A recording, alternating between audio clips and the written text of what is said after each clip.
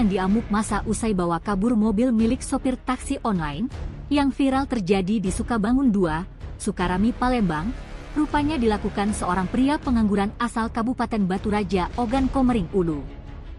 Pria tersebut adalah Muhammad Adam Alamsyah, warga asal Jalan Akmal, Kelurahan Pasar Baru, Kecamatan Batu Raja Timur, Ogan Komering Ulu.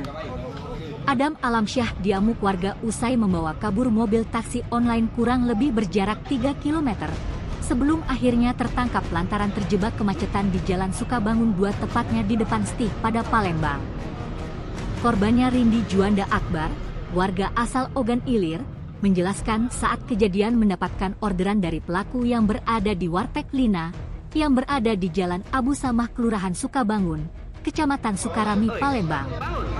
Saat korban sampai ke tempat penjemputan, pelaku yang sudah masuk ke dalam mobil meminta korban untuk membayarkan makanan yang dipesannya.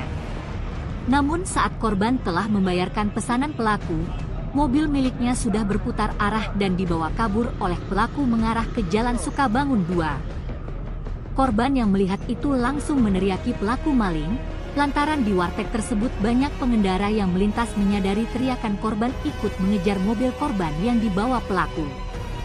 Untungnya setelah dikejar lebih kurang 3 km, mobil korban yang dibawa pelaku terjebak kemacetan.